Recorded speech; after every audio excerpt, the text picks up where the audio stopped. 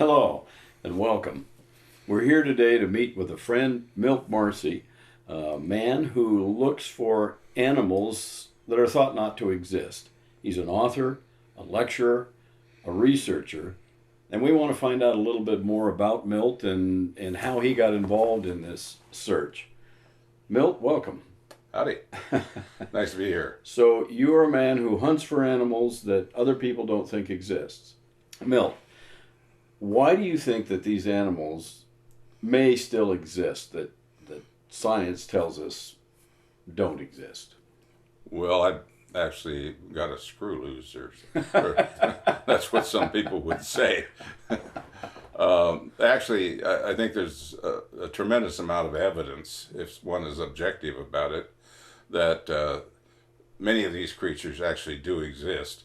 Um, the thing that most people don't realize is not only these types of creatures, but many of the more common creatures have gotten increasingly scarce over the years, to where, like 1980, we had 250,000 lions.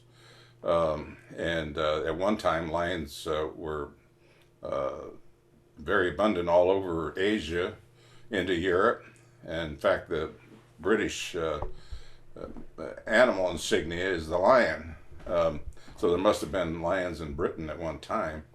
But now there's fewer than 25,000 lions in two spots in Africa and maybe 1,000 in Asia in one particular spot. So it gives you an idea of how that species, which we're all familiar with, has dwindled dramatically. And you can mirror that in many, many different kinds of creatures. They've gone farther into the recesses. Now we know that there was a term that was used in the Bible many times up until the King James Version in 1611, and that was the term dragon. After 1611, all the Bibles that came out, you didn't see the word dragon anymore because they began to think that it was a mythical creature. But my feeling is that dragon described several different kinds of dinosaurs, and as the human population got increasingly large and began taking over more of the land, they ran out all of the dragons or dinosaurs, if you will, and they sought more remote places on the earth. There are still several million square miles of very primitive jungle in three major locations on the earth.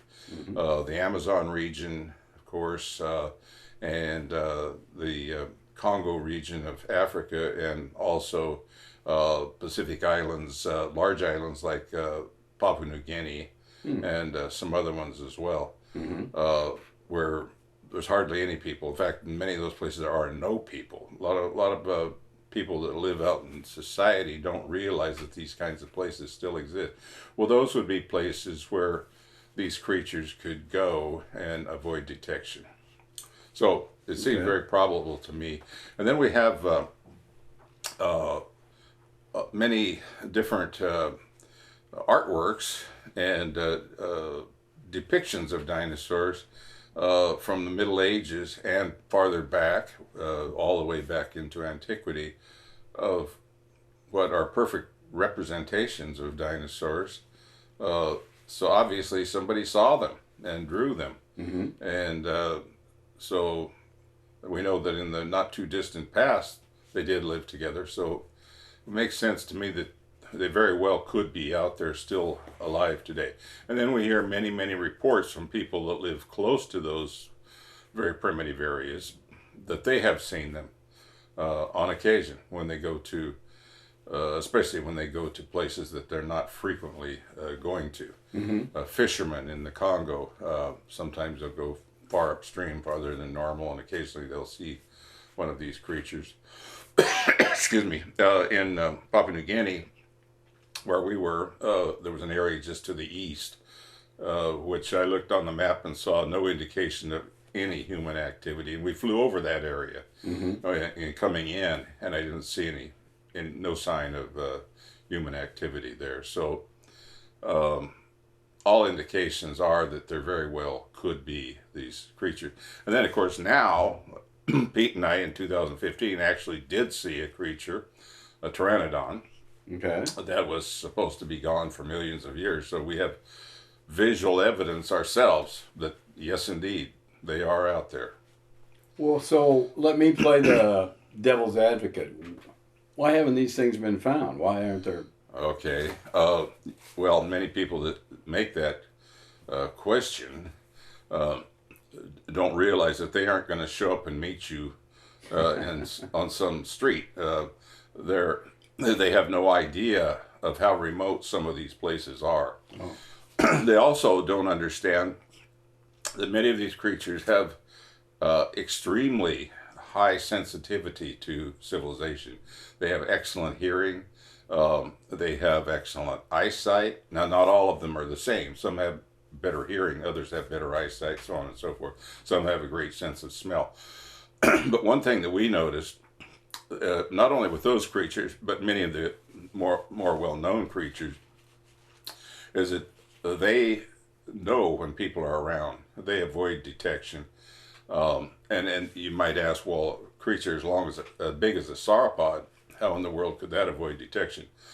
You might think of elephants or something like that. Elephants, when they come into an area, hear them first of all with their bellowing, and then they knock down a few trees and they eat the vegetation off of it, and so they're very obvious. Sauropods, being the same size or maybe even bigger, are totally different creatures. They live in the water. They can go under the water and stay under for long periods of time. They can move while they're under the water. They don't come out onto the land very often. They maybe stick their head out up into the vegetation to eat. But if you're looking at that from a distance, it looks like a snake. You may have seen my interview with Harriet Sconce, who had a personal sighting of a pterosaur from maybe 20 feet away for several minutes. And that's a case where that creature was out of its normal habitat. It should have been a few miles to the east. I don't know why it was there. Maybe there was a recent storm. We hear that storms drive them out of their normal habitat. Mm-hmm. But anyway, she had that sighting for several minutes, so it's an indication that they're not always in the same spot, but they don't come over into the areas where people live very often. Now, Pete and I, when we had our sighting, it was on our 6th day there. But again, there had been a big storm for a couple of weeks before that. So we're thinking that probably when there's a storm, they can't get out and get food. And so after the storm, they spend more time out trying to recover from that. So that might be why you might see one, more likely see one after a storm. But anyway, they're very hard to detect, and they're in places that are many times almost impossible to get to. Really? Okay, I can tell that you know your subject, and that you're serious about what you're doing. But how did you ever get started in this? Well, I originally was interested in validating the biblical timeline of the progress of the earth. And so I heard about the footprints down in Texas on the Biloxi River, where there were many cases of human footprints right next to, or in some cases inside of, or overlapping dinosaur prints. And so I thought, well, this is fantastic evidence for the contemporaneity of man with dinosaurs. And so I took a trip down there. Some of the things about my trips to Texas are just amazing. I got there on the day that Joe Taylor got there, and he not Joe Taylor, I'm sorry. I'll think of it in a minute. But anyway, well-known creationist came down there, and he was going to film the Taylor Trail, which at that time was, and it still is, the best-known trail on the Biloxi. And crossing the Taylor Trail is a human. Taylor Trail is human footprints, and then crossing that track is another track of dinosaur prints, about at a 45-degree angle. And Taylor Trail is only available when the water level is very low in the river, and then you have to bail out water and on a Okay. continuous basis to keep it dry. Mm-hmm. So we were there in August, and we arrived the same day, and he needed somebody to help him film that trail. So I went down and saw the Taylor Trail up close and personal. Mm-hmm. And then 4 years later, I decided to go back again. I just happened to get there on the day where they were starting their annual public dig. They have a 1 week period where the public can come in and take part in a excavation on the Paluxy. Mm-hmm. So I got there when they started that. I think 2 days after that, I was cleaning out a depression on the ledge there above the river. We're working on very, very hard limestone. Mm-hmm. And one layer of rock had been removed, and then the soil, there was still soil. There was soil between the two rock layers. So we're trying to clean the soil off of the second rock layer underneath the top layer. And so we would bring buckets of water up from the river and then swish it out over the what we're seeing on the surface there, then get a broom and kind of just move it around and wash out these depressions. Well, the depression I was washing out, I wasn't thinking too much about it, but when you're working with something like that, you need to realize that every depression has a story to tell. Mm-hmm. Because that depression was made several thousand years ago by something. So Carl Ball just happened to be looking at what I was doing, and then all of a sudden he said, "Everybody stop right now. I want you to come over and see something." And said, "Go ahead and wash that out a little more, Milt." And so I cleaned it up and made it look real nice. He says, "Okay, right here you see a human footprint inside of a dinosaur print." And so we had a couple of gals who had feet just the size of that human print. It was pretty small. Mm-hmm. They went over and put their foot there, and it was obvious that a human being had made that print. Mm. And it was obvious that the dinosaur print was a real dinosaur, because you could see the track. You know, this is just one print in the line of tracks, line of prints. So I had experiences like that. Of course, there were many other dino prints with human prints that found by other people as well, and so it was quite obvious to me that this was Exhibit A. Mm-hmm. In showing that humans and dinosaurs lived together. Well, I'm not the only one, and all the other creationists are not the only ones who know that astounding fact. The evolutionists, who have a lot to lose by that fact becoming public, also know it. And there was one case where a fellow, two evolutionists, had destroyed one of the top prints with a crowbar. And so they don't like this at all. So well, let me just add to that. There began to be red stains around the human prints on the Taylor Trail. Not any of the other prints, just on the Taylor Trail. They weren't there in the 60s when that trail was discovered, but 20 years later they began to show up. And unfortunately, the creationists gave up on using that trail as evidence. And I didn't realize how entrenched that philosophy was, because I was trying to get a hold of some people that were very involved in this to make a documentary that could have been used to exhibit the wonderful facts that trail produced. Mm-hmm. But I couldn't get people real interested because of this, I think, iron oxide that had been put on there to make it look like it was some kind of a creature other than mankind that had made those trails. Oh, okay. Yeah. So I was a little discouraged by that, and about that time I went to a conference and heard Bill Gibbons speak. And Bill was actively looking for sauropods in Africa. Okay. And he was very convincing to me, and so we hooked up, and I actually funded some of his trips over there, and some more progress was made on finding these creatures in Africa.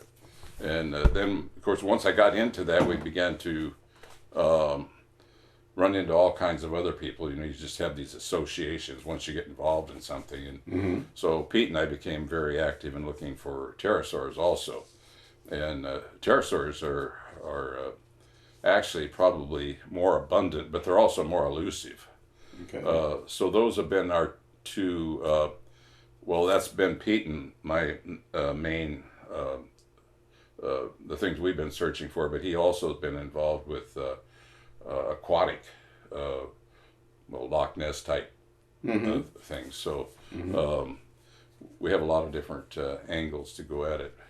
So, I mean, you talk about going down to Texas, which seems like obviously not that far away, but then you're talking about Africa. What exactly is involved in searching for these animals? I mean, what Well, do you have to do to yeah, mount these kinds of a lot of things? people don't realize this, and back to the previous question about why they haven't been found.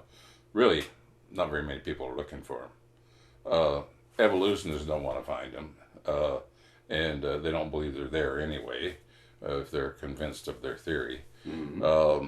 And creationists, many Christians, don't understand the connection between the Bible and these creatures. Mm-hmm. They rather put their funds towards something more directly evangelical or whatever. Mm-hmm. And adventurers that just think they might be there and would love to find one, they have to really want to find one because there's a lot of expense involved. There's a lot of planning. It's not an easy thing to do, especially if you're going halfway around the world like we've done on a couple occasions. You're going to have to deal with traveling, all of the permits and everything. And Mm-hmm. we had to get a permit through the Department of Forests in Cameroon before we could even go into the area that we went to. And once we got that, then we got our tickets and all of our visa and passports. And then we had to deal with customs. And then you got to know a little bit about the culture of the area you're going to. You may have to Mm-hmm. bribe a few people. Make sure you have a really good scout that can that knows how to deal with a lot of these things, because you're not going to be able to do that. In many of the areas, you're going to have a language problem. You're going to have somebody that speaks the language. Um, and then to do a good job of it, you need the right equipment. Mm-hmm. Some of that equipment is very expensive. Um, so there's a tremendous amount of planning. Almost every time we've gone, there's something that comes up that we didn't plan on. Mm-hmm. Something that you have to deal with on the fly. So there's another reason why they haven't been found. I think, as I stated in one of my publications, probably in Africa, in West Africa, the total number of hours spent by explorers searching for sauropods in the Congo region since Roy Mackel's expedition in 80 and 81. He had two expeditions over there. It's probably been less than 100 hours where Western explorers have been in the area where they could actually potentially see one of these creatures. Mm-hmm. And we're talking about 1,000,000 square miles of swamp. Now I asked Gene Thomas, who was he was a missionary at in the Likawala swamp. They were there for 42 years. Mm-hmm. He asked Gene how many of these creatures he thought there were. He had had many of the people that he knew out across the area tell him about these creatures and that they had seen them. And he says, well, I don't know, but my guess would be maybe a couple hundred. So you got a breeding population with a couple hundred. Okay. But in an area that size, with creatures that can submerge in the water, it's almost mind-blowing to think about what your chances are of finding one if you just go out without any kind of a roadmap or anything doing that. Well, the odds are so thin. Why do you think that you're going to be able to get a picture or capture one of these things? Well, it takes a little bit of planning and maybe some different ways of looking at things. One of the things we've discovered is that the missionaries seem to be the most knowledgeable people that could help us. and they have contacts with lots of the locals that tell them. So that prevents us from spending a lot of time looking in areas where there's really no prospect of finding something. We're going to go to a place where somebody has reported seeing something recently. They're going to be able to tell us something about what it is that they saw, and maybe they know something about the habits of this creature, or something that can help us. And of course, nowadays we have things like drones. A lot of people think drones are the answer. They're not the answer, but they could help us in some situations. Okay. And satellite imagery, again, that could be helpful, but it's not the panacea for everything. But there's a lot of technology that we could use that would help as well. So I don't know. When God thinks one should be found, I think He'll take us right to it. You'll find one. For instance, in New Guinea, we think we know, based on our trip there last time, we think we know about where these creatures are. So the question is, how do we get to where we can get video of them without chasing them off? And again, the locals can be very helpful in that respect. Well, what do you need most in your endeavors? What kinds of things would help you with looking? You've got the technology they have a working. picture of Benjamin Franklin on it. It's yeah, like I say, some of these technologies that we would like to avail ourselves of, in the Okanagan creature side scanning radar would be very beneficial, where we could, I think I may have the term wrong. That's not radar, is it? Sonar, yeah. But where you could see under the water. That's, again, not a cheap thing. Night vision, especially with the pterosaurs, which are nocturnal creatures, could be very helpful. Video, night vision. If we'd had that, we would have video right now. If we'd had that in the past on all of our expeditions, we'd have great evidence of pterosaurs. Because they come out at night? Yes. Ah, yeah. Okay. The only reason we saw one in one particular location is because when the person saw it, who tipped us off, saw it in the very early morning at the longest days of the year. So the creature only had about 8 hours of cover that were dark, you know. So if they're going to catch their prey or whatever it is they do, they're probably going to be doing some of it during the daylight hours. Right. Okay. So many other different types of technology could be beneficial. And then, of course, if you're not just going over the mountains or somewhere, you're talking quite a bit of expense just to get to and from. When we went to New Guinea, to get to the airport that we landed at finally on the island of New Britain, it was $7,500 round trip for the two of us. And then the trip up by helicopter up into the mountains and back down was another $8,000. So that's $15,500. Just for airfare. Just for airfare. And then we had to stay there for quite some time. That's really beneficial if you can stay in an area for a while. That gives you higher odds. So we had to pay for certain services. We had to stay in a hotel for a couple of weeks, and you can just add on a few more thousand here and there. So I think the first time I met Bill Gibbons, I was going to give him $6,000, which was interesting. He told the person in line ahead of me, they asked him when he was going to go back over there, and he says, "Well, you know, it's easier for Benny Hinn to raise $150,000 than it is for us to raise $6,000," and that was the exact figure that I was thinking of giving him.